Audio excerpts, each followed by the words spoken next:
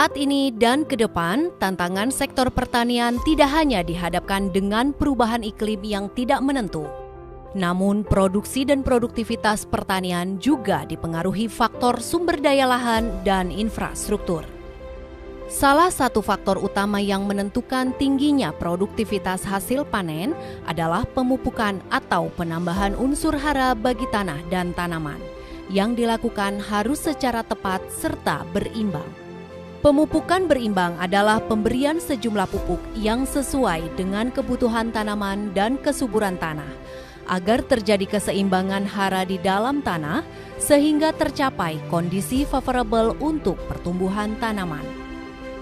Perlu diingat, pemupukan hanya untuk menambahkan unsur hara yang ketersediaannya di dalam tanah kurang, dan tidak perlu bagi hara yang ketersediaannya sudah cukup. Diketahui, pemupukan dilakukan untuk memenuhi kebutuhan unsur hara makro.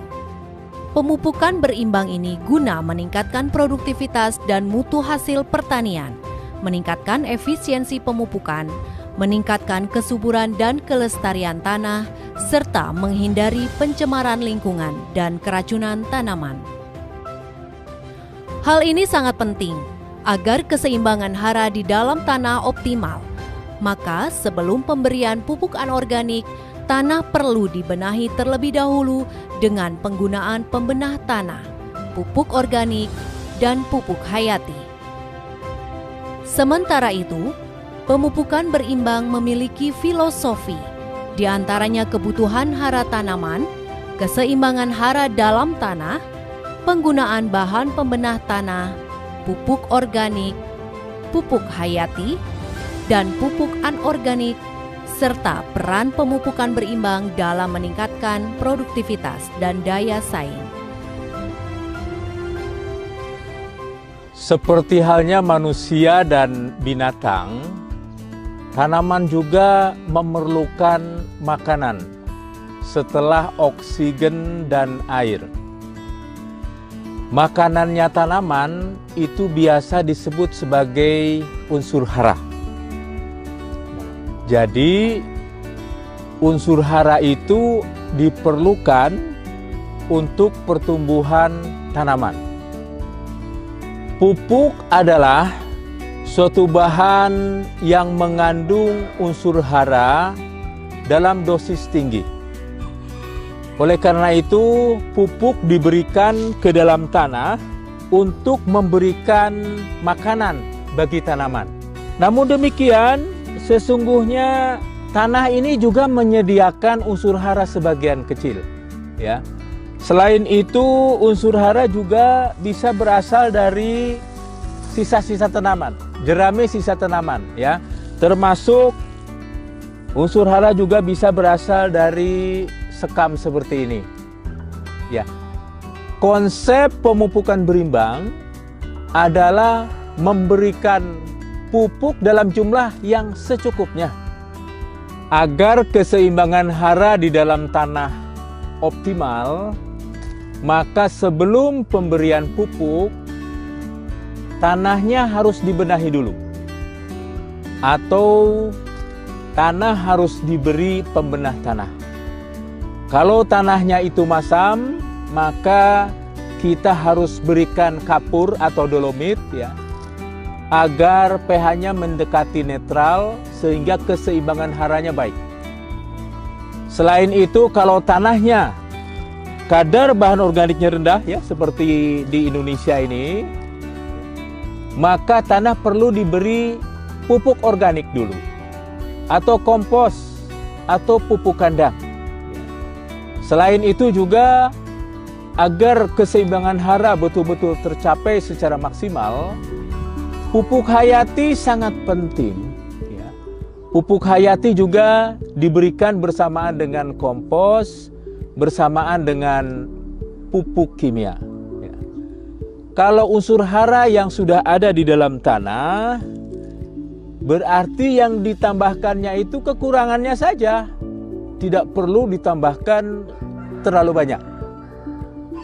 Konsep pemupukan berimbang itu adalah penambahan sejumlah pupuk untuk membuat keseimbangan hara di dalam tanah itu favorable atau kondusif untuk pertumbuhan tanaman, ya, sehingga tanaman memberikan performance, ya, atau penampilan yang baik, yang akhirnya produksi menjadi tinggi. Sekali lagi, di dalam pemupukan berimbang, berikan pupuk secukupnya. Ya. Berikan pupuk secukupnya berarti tidak berlebih. Karena kalau kita memberikan pupuk berlebih, itu tanaman tumbuhnya akan sukulen dan relatif empuk. Sehingga ini menjadi kesukaan hama dan penyakit tanaman. Oleh karena itu, kalau kita memupuk berlebih, itu akan meningkatkan risiko terserang hama penyakit. Selain itu, untuk tanaman padi, ya, termasuk juga jagung, kalau pemberian pupuk terlalu banyak, dia akan mudah roboh. Ya. Dan tentu kalau udah roboh, dia akan mengurangi produktivitas. Selain itu, kalau kita memupuk berlebih, juga itu namanya pemborosan. Ya. Tidak efisien. Dan yang paling penting, kalau kita memupuk berlebih, maka pupuk tersebut, ya, seperti halnya urea, itu karena dia sifatnya mudah larut, dia akan mudah pergi kemana-mana. Dia akan mudah terinfiltrasi ke dalam tanah, akan mudah juga hanyut, sehingga mencemari badan air dan mencemari lingkungan pertanian.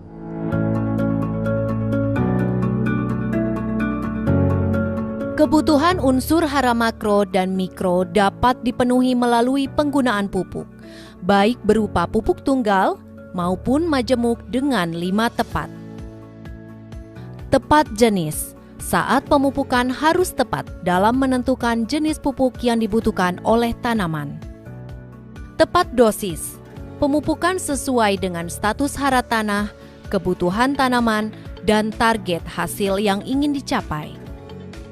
Tepat waktu, saat pemberian pupuk yang baik hendaknya disesuaikan. Kapan tanaman tersebut membutuhkan asupan lebih unsur hara dalam jumlah yang banyak. Tepat bentuk atau formula. Dalam pemupukan, formula atau bentuk pupuk harus sesuai dengan kondisi tanah dan kebutuhan tanaman. Tepat cara. Saat pemupukan, caranya harus benar. Jika salah, akan membuat pupuk terbuang sia-sia ataupun tercuci oleh air dan menguap sehingga tidak dapat diserap langsung oleh tanaman. Pemupukan berimbang harus sesuai dengan 5T, yaitu memperhatikan pupuk untuk jenis, dosis, waktu, bentuk, dan juga cara. Untuk jenis, misalnya kita mau memupuk N, di sana ada tersedia pupuk urea maupun ZA.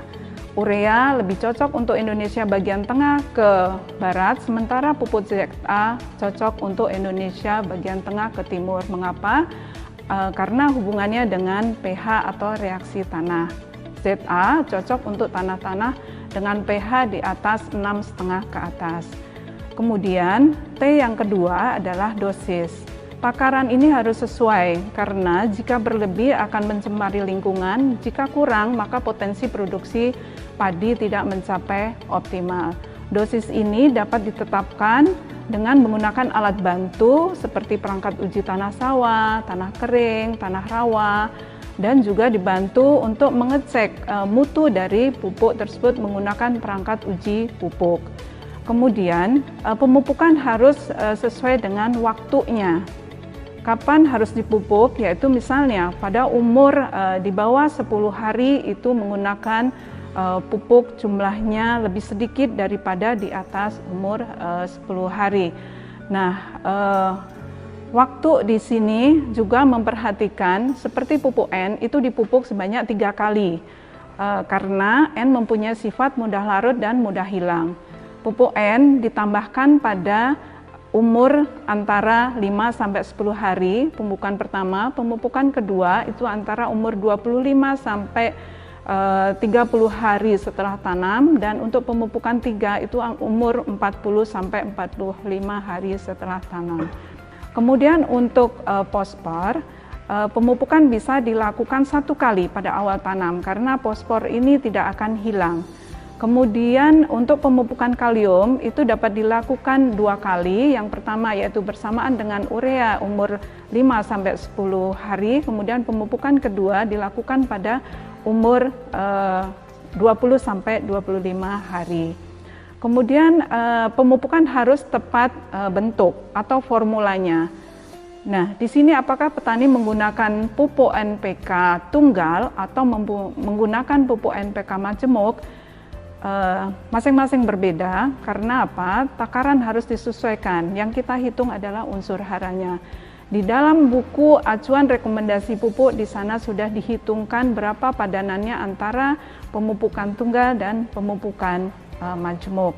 Pupuk majemuk saat ini yang berlaku atau yang disubsidi oleh pemerintah adalah NPK 15-15-15 dan NPK 15-10-12.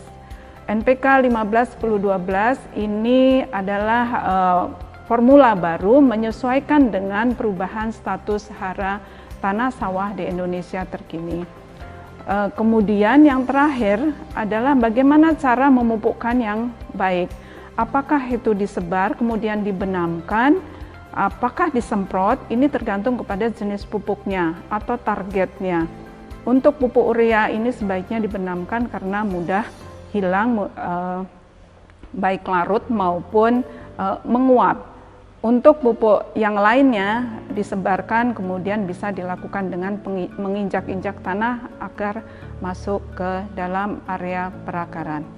Berbicara tentang pemupukan berimbang, Badan Litbang Pertanian telah menghasilkan produk-produk inovasi yang mendukung pemupukan berimbang. Ada di samping saya ini adalah perangkat uji tanah sawah untuk membantu penyusunan rekomendasi lahan sawah di Indonesia. Kemudian alat yang kedua adalah perangkat uji tanah kering untuk membantu penyusunan rekomendasi tanaman padi gogo. Kemudian yang ketiga ini adalah perangkat uji tanah rawa untuk mendukung penyusunan rekomendasi spesifik lokasi untuk lahan rawa. Dan apabila rekomendasi ini telah tersusun dengan baik, maka dibantu oleh perangkat uji pupuk yang berada di paling kanan ini adalah untuk mengetahui apakah pupuk yang diukur ini sesuai dengan kadar di dalam kemasannya. Dan juga ada alat bantu lain yang berupa buku acuan rekomendasi pemupukan NPK per kecamatan se-Indonesia. Masing-masing mempunyai fungsi yang berbeda-beda. Maksudnya adalah untuk perangkat uji ini adalah lebih spesifik lokasi yang dipergunakan oleh petani dan penyuluh, sementara buku dan peta ini adalah untuk acuan alokasi pupuk.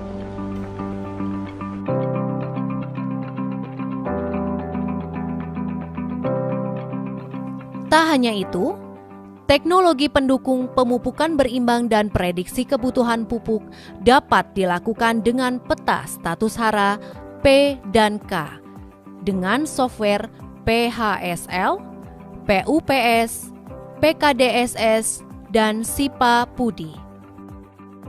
Peta ini biasa digunakan untuk penyusunan kebutuhan pupuk, kalender tanah, dan rekomendasi pupuk spesifik lokasi. Sementara, penyusunan rekomendasi pupuk spesifik lokasi dapat menggunakan perangkat uji tanah, PUTS, PUTK, PUTR, PUHT, dan penggunaan bagan warna daun.